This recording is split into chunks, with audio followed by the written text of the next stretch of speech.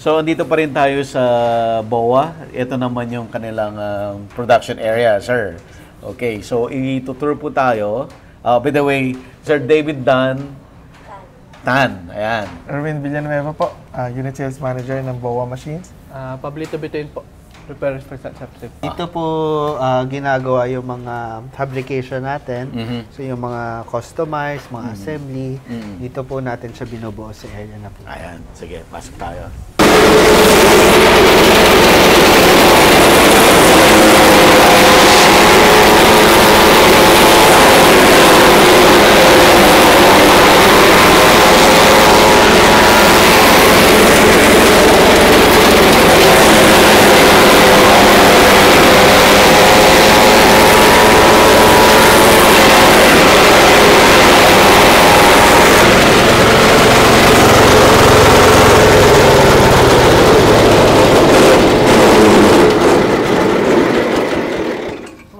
Alright, David, ano natin, compare natin yung So as you output ng dalawa.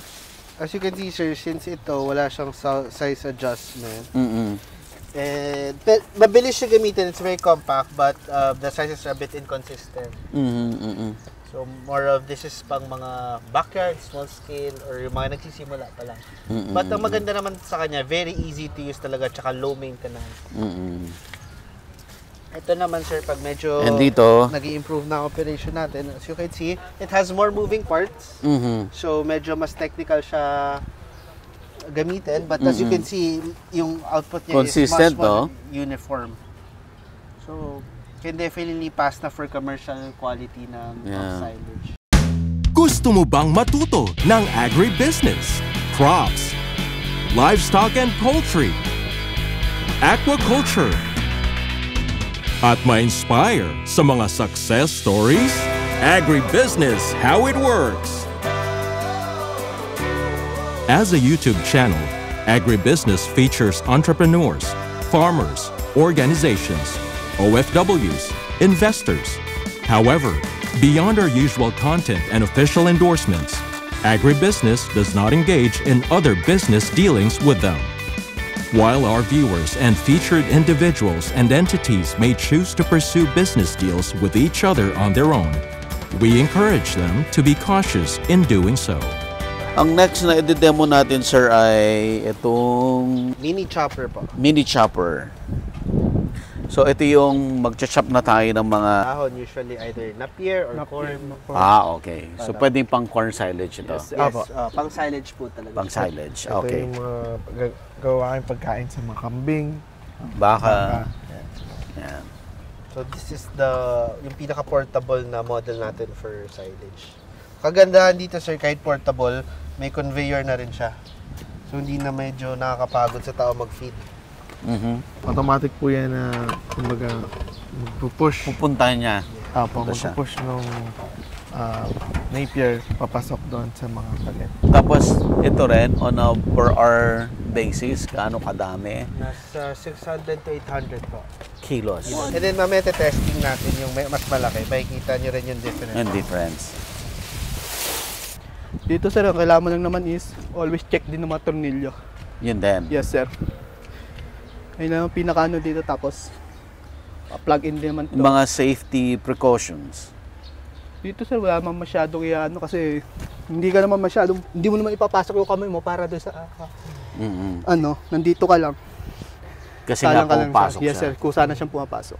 Siguro ang safety po is just to clear the output area. Kasi pagpasok niyo po ng material dito, ilalabas na po yung mga na-chop doon. So, dapat no standing zone po yung doon sa out. Ayun na, sir. Lipat Lipat po tayo din sa kabila. Magtatalsikan po yung... So start po natin. Ito! Conveyor na! Automatic na siya papasok sa loob. Hindi na kailangan i-push pa, pwersahin pa yung material.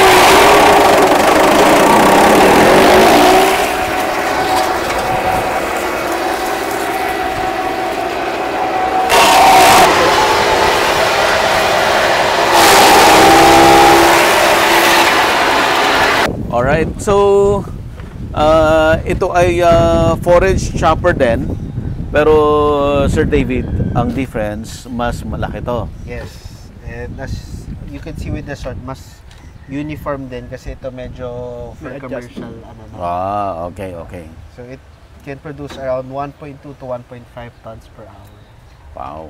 So medyo yung gumagamit nito yung may mga experience na rin sa bakahan or sa silage. Yung medyo mas Malakihan na talaga. scale na. Yes, Na sir. scale na. Mas scale na, oo. Ang kagandahan din dito, sir, is may adjustment siya kung anong gusto mong sizes nung output na gusto mo. Ito yung difference niya dito sa nauna. Yes, sir. Na demo May natin. adjustment siya. Oo. Small, medium, large yung long yung ano. Meron Oh, po I tayo see. nagdi-dictate kung gaano kahaba Yung gusto mong output. Yung chop. magiging output. Tapos at the same time, precise cut po siya kasi meron pa tayong automatic feeder din dito sa loob. So, hindi nyo na rin po kailangang itulak Yes, sir. or puwersahin yung material papasok sa loob. Once po na naipatong nyo siya dito, Higupin na niya. siyang Higupin niya na, sir. papasok doon sa loob ng makina. Ano po yung function nito? Eto, sir. Dito, sir, yung labas ng output. Dyan lalabas.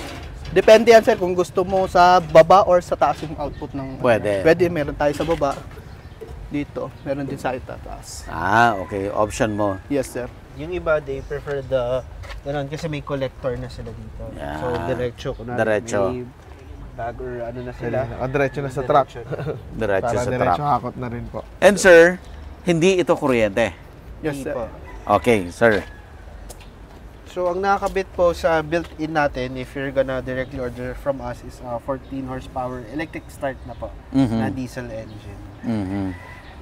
But again, if you have your own engine, or Pwede. if you prefer, pwede rin, sir. So Kakabit pwede ka rin nyo na bumili lang. ng walang engine kung kaya nyo naman na kayo magkabit.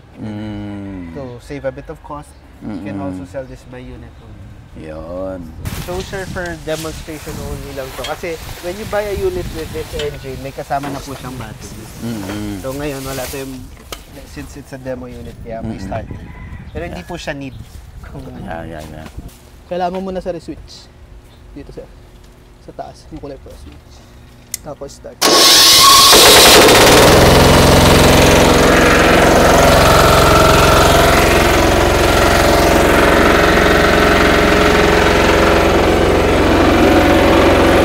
Ito, sir, naman yung clamps. Para sa brake.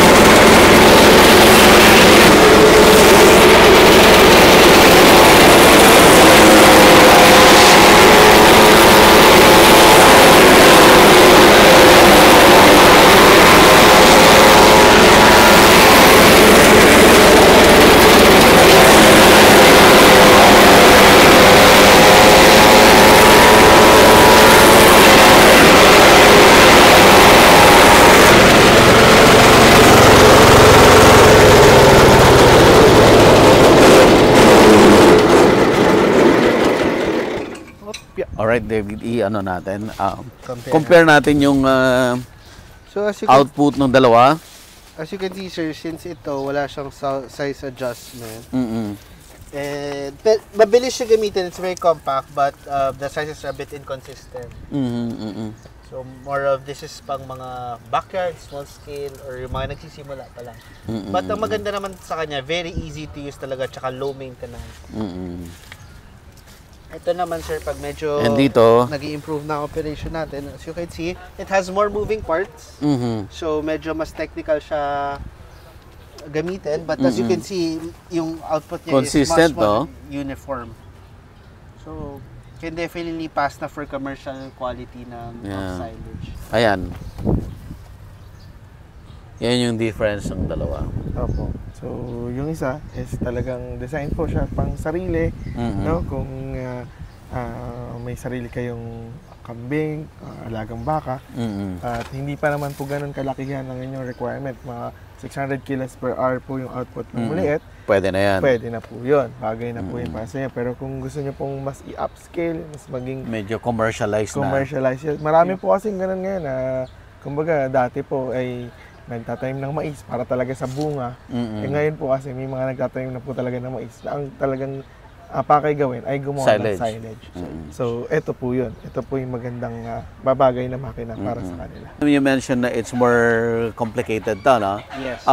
I noticed kanina nung nang in-start, meron kong ginagalaw Ito sir. dito, at Bali- saka ito, at saka ito. Yes sir. Okay, ang purpose nito, sir, Ito sir is para sa safety niya. Kasi kung pag engine pa lang, ikot agad ng blade, pwedeng makatalsik man sa tao may nasa harapan mo. Kaya okay. ginawa namin to para yung blade niya, pag start pa lang ng engine, hindi agad natakbo. Oh, I see. Kailangan mong i-engage muna to. Igaganyan ba Pagka-engage para mo, iikot na mag-start? sa sir. Tapos, eto naman sir, sa adjustment nung output nung na-peer na output, inano natin. kung gaano kaliit, Yes kalaki. sir, kalaki. So, short, medium, Medium, long. Yes sir. Tapos Okay. ito naman sir is And this one, taklob ito, lang nito sir. inaano mo to kanina, te. Ano ba yun? Taklob lang sir. Taklob na. Kaya dito sir. Sa ano po? Sa output shoot Output niya sir. Okay. Okay, Kasi okay. kung pwede mong gamitin tong ilalim, kailangan mo itong takluban. Ito. itong So, isang isasara mo to. Yes sir. Bubuksan mo naman itong Isasara mo to kung gusto mo dito. yes sir. Dito sa ilalim. Bubuksan. Tapos naman. bubuksan mo to. Yes sir. Yun. Okay. Tapos- Ano yung mga instances na mas prefer nila gamitin ito? Sa ano sir, lalo na pag ang materialis mo is basa, nabasa ng ulan, Okay. sobrang bigat niya na hindi niya maitatapon pataas. Kaya kailangan mong gamitan, sa ilalim mo siya padadaan. Sa ilalim. Para mas ano yung engine mo, mahinahon lang tumakbo.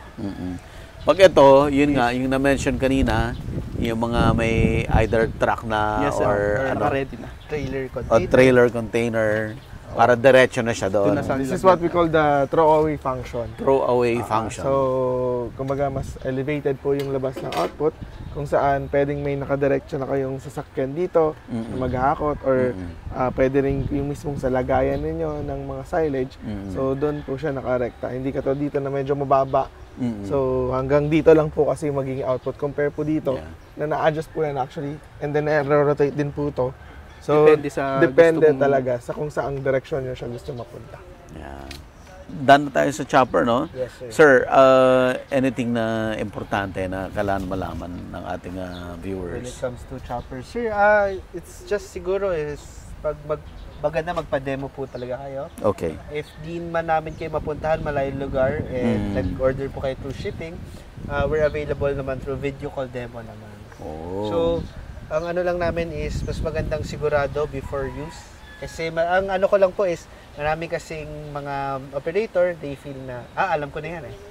Gamit na ako ng ganyan. Which is, pwede naman po totoo, pero maganda makinig na lang po kayo sa magti-training. Yeah. And para alamin talaga, para maiwasan po natin yung mga unwanted na errors or yung mga sira na hindi na pwede naman pong iwasan in the first place. So, yun lang po. And ayun, as we're always welcome to listen then. So, we know naman na kahit silage, everyone has their own needs. So, if you have a special request na gustong i-add sa silage function or ano, we're more than Pwede. willing to Pwedeng listen. pwede. Kung kaya naman gawin, sir. Sir, sa technical, anything else?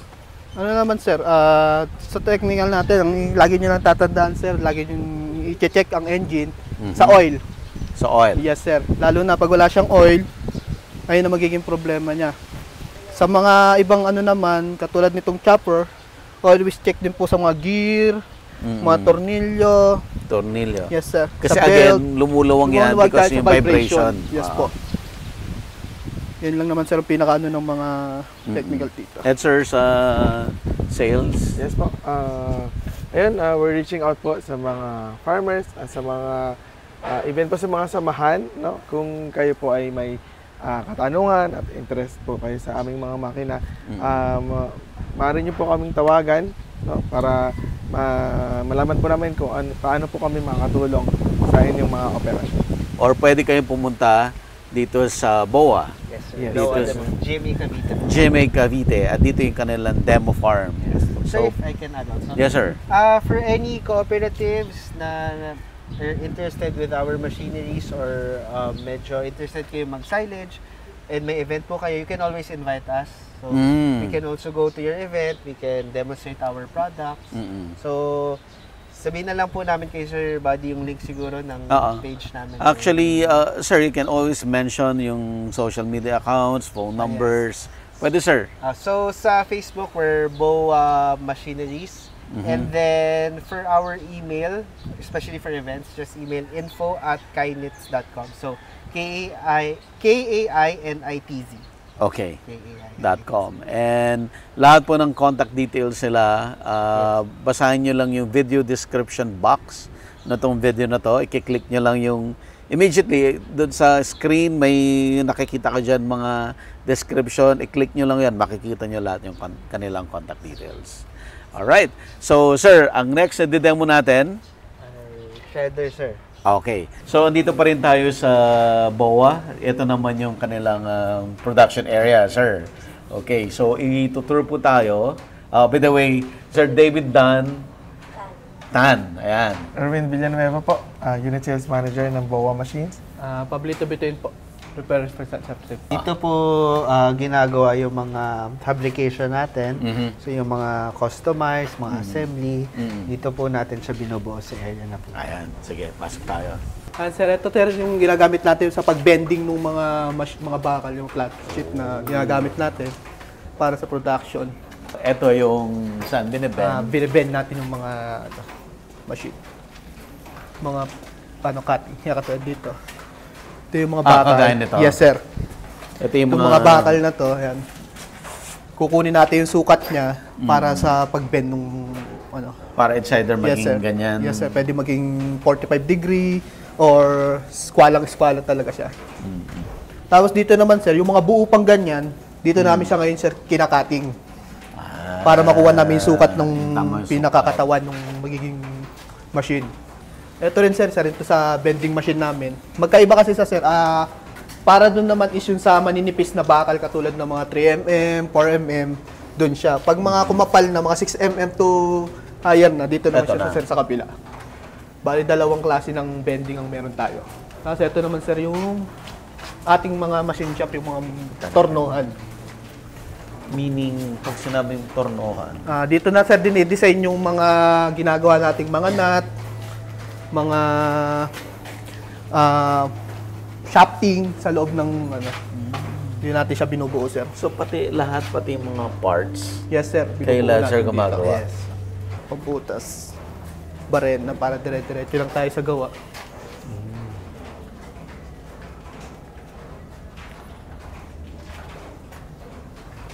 Ito, sir, yung magiging finished product natin. Ito na yung magiging katulad nung kaninang chopper. Ito na yan. Yes, sir. Dito na binubuo talaga siya. Ito na siya ngayon.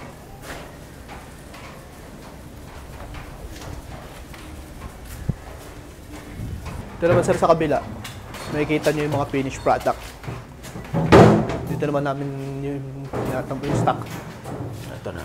Yes, Po sir. yung warehouse. As you can see, sir, we also build for other companies, kaya minsan iba yung itsura niya compared to our own brands. So, sila nagbibigay ng sarili nilang specifications. Yes, kung anong additional feature, tapos kung anong color ng brand nila, and also request to us. Ito na yung mga ready to deliver na. So, like itong mga tagawa Yes, sir. natin. Ito. Naka-ready na po sila para sa delivery. So, kung yung product na ginagawa nyo mas maliit, so even yung production area mo, mas maliit din. Yes, sir. Ang naman, we utilize the whole space. So, kahit minsan the outside area. Oo. Like, nakita niyo, sir, yung mga yan, ginagawang trailer. Oh, sobrang laki. Yan, pwede natin Papunta pakita. natin. So, So, like this is the finished product. Ito na po yung finished product natin, pero nagsisimula po tayo, isa yun sa mga, bago maging ganyan, isa sa mga initial step. Okay. Touchable po ito. Yes, sir. Lahat po yun.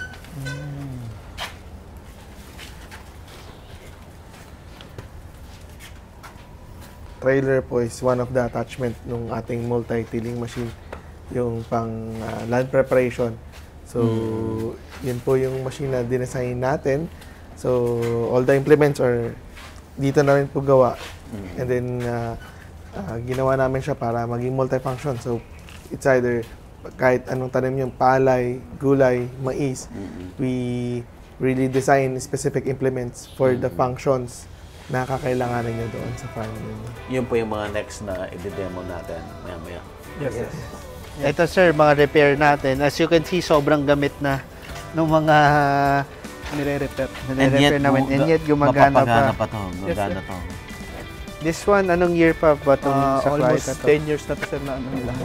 Kaya Hanggang gamit na ngayon. gamit na. Pero napapaayos pa rin. Naayos sir. pa rin natin.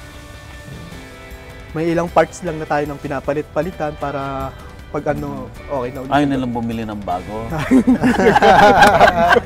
Pati hindi na lang magbago. 10 years na, kumita na yan.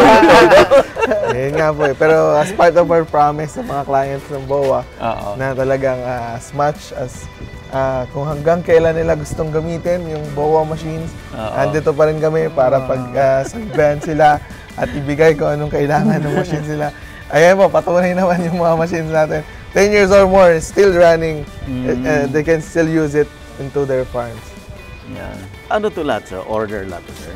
Yes, for ano na to, ready to I-attach na lang yun. waiting na lang to complete the production, sir. Pero this is all purchased already. You can see. Ano lang rin naman kami, we utilize all the space. Sobrang luwang nga actually ng ano. At least hindi kayo ano sa space. Ito mga material. Okay, so magde-demo na po ba tayo? Yeah. Okay. Let's start with the shredder na lang muna. Okay, shredder. Agribusiness merch is now available on Shopee and Lazada. Agribusiness, how it works. Instruct, inspire, succeed.